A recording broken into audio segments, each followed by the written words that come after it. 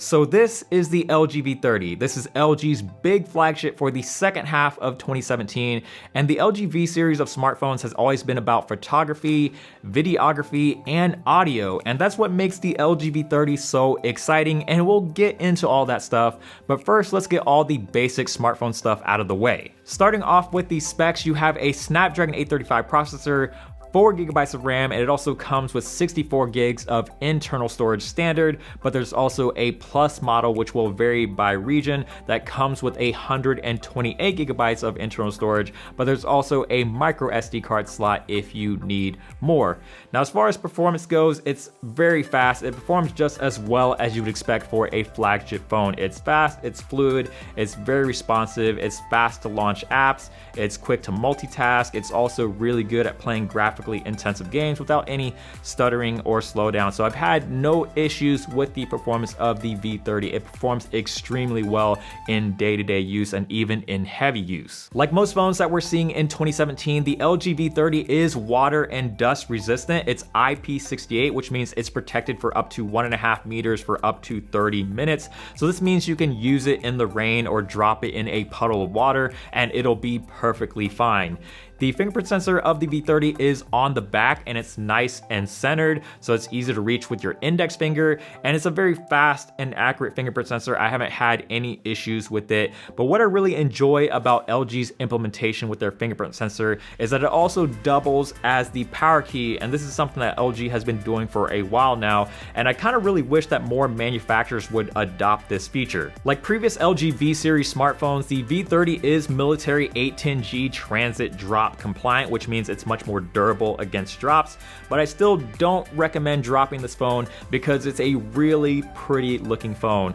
Now, unlike the V10 and V20, which arguably had a more industrial and more unique design, the V30's design is a little bit more elegant and more mainstream and is very similar to a lot of smartphones in terms of design and what we're seeing in 2017. So it has glass on the front, glass on the back, and a metal frame that wraps around the sides, and I really like the design of the V30. I think it's a very good looking phone. It feels extremely comfortable in the hand as well with the rounded corners and the slightly tapered back. The glass back obviously does mean that it collects a lot of fingerprints, but that's just sort of to be expected when you have a phone that's made predominantly of glass. This new design also means that the battery is no longer removable, which to me is not that big of a deal, and battery life on the LG V30 has been extremely good. It has a pretty decently sized 3300 milliamp hour battery, which has been enough to get me through a full day, whether I'm using the phone more casually with a lot of texting, web browsing, and social media,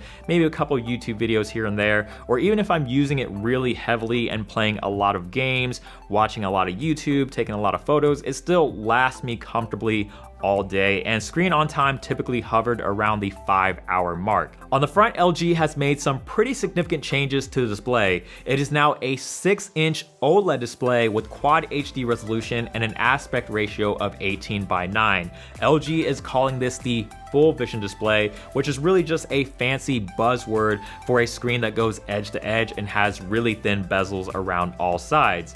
Now, the 6-inch screen may sound really massive, but because of the thinner bezels and the aspect ratio that makes the screen less wide, it actually doesn't feel like a 6-inch screen smartphone in your hand. The screen itself looks absolutely gorgeous, and I'm really happy that LG has gone back to using OLED. The screen is very vibrant and colorful. It has great viewing angles. It's pretty easy to see outdoors as well. Everything just looks incredible on this display, and the corners are rounded just like it was on the G6, but they're actually properly rounded this time, whereas the G6 looked a little bit funky. But this is a beautiful looking screen, and it can easily give Samsung a run for its money. It is that good of a screen. The other big difference with the V30 screen is that it no longer has a secondary display like the V10 and the V20 did, and because the secondary display is gone now, it's actually been replaced with a software feature called the floating bar, and I actually like this a lot better because the floating bar can be repositioned to where you can easily reach it, whereas the secondary display, it was always at the top where it was kind of hard to get to and it was a little bit uncomfortable.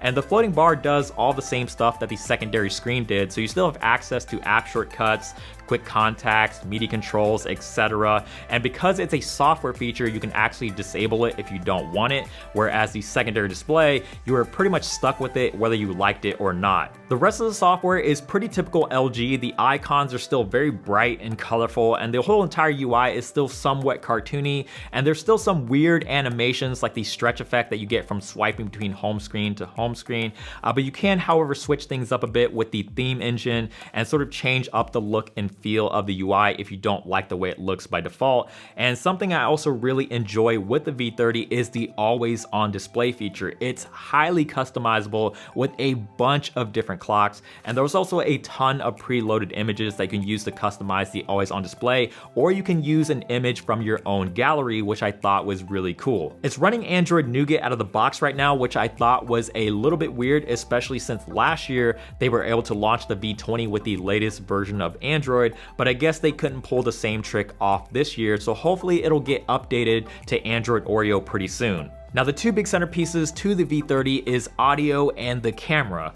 Let's start with audio first, and for starters, yes, it does have a headphone jack, so no adapter required here to use your favorite pair of headphones. And this year, the headphone jack has been moved to the top, whereas the V10 and V20 had it on the bottom.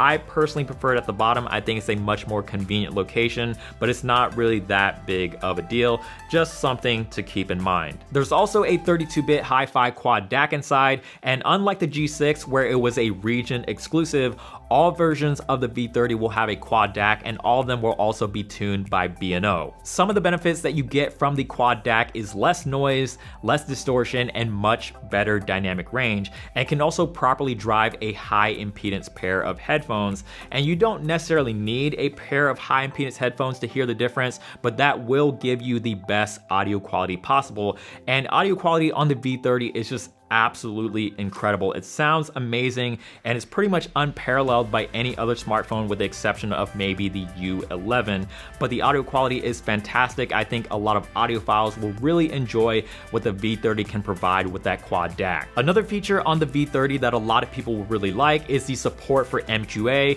which stands for Master Quality Authenticated, and this basically allows you to stream high-res audio at a much smaller file size, so it's not going to kill your bandwidth. And right now there aren't a ton of streaming services that support it, but Tidal is one of the most notable ones. So if you have a Tidal subscription and you have the proper subscription tier, you can take advantage of this feature right away. aptX support is also on board, which is Qualcomm's high-res audio codec for wireless or Bluetooth devices. Android Oreo has this feature natively built in, but LG was able to implement it regardless. So if you want high-res audio over Bluetooth devices, you have that option as well. All right, so let's talk about those cameras. So you have dual cameras on the back. The main sensor is a 16 megapixel sensor with f1.6 aperture, which makes it the brightest lens on a smartphone right now, and it also has optical image stabilization. The secondary sensor is a wide angle lens at 13 megapixels at f1.9.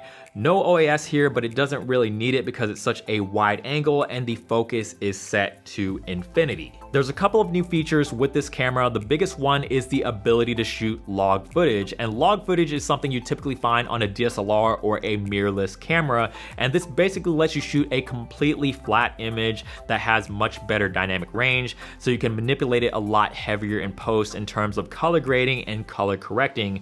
But the log footage on the V30 is not really all it's cracked up to be. It's really nice to have, but the bit rate is extremely low, and it also is a very green image, so it's very tough to color grade, very tough to color correct. It's hard to get the skin tones and everything to look natural, and because the bit rate is so low, it's kind of hard to push things around without the image falling apart. So it's definitely not all it's cracked up to be, and it could have been a lot better. If you don't want to deal with post-production, which I don't think a lot of people do, there's another feature called Sena Video that allows you to apply color grading presets directly in camera, and it's very simple, very quick and easy to do, and gives you the desired look that you want in just a couple of seconds. As far as picture quality goes, the photos are vibrant, colorful, with plenty of detail, and I don't think the V30 over sharpens quite as much as previous LG phones, but the dynamic range is definitely not as good as something like Samsung's camera. It does have the tendency to overexpose in a lot of different situations.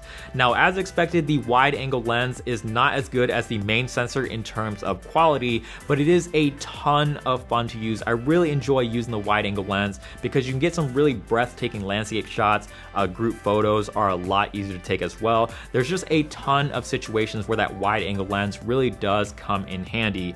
It does struggle a lot more in low light. The photos are a lot softer and the white balance is not quite as good, but they did at least fix the barrel distortion. You don't have that GoPro-like look. The photos look a lot more normal now, which I really appreciate. But if you're really concerned about quality in low light, I definitely recommend sticking to the main sensor, as the photos are a lot sharper, they're more detailed, and the white balance and overall color is a lot better. Pricing for the LG V30 starts around $800, and that price will vary depending on carrier, and it's pretty typical flagship price, and I think the LG V30 is worth every penny. It has a beautiful design, a gorgeous display, and the audio, photography, and videography experience is just on a whole nother level when it comes to smartphones. And a lot of people have been underrating the V series over the last couple of years, and it's about time people paid attention to it, because the V30 is doing a lot of really big things and it's doing them extremely well. So give the V30 a look. You might be very impressed by what you find.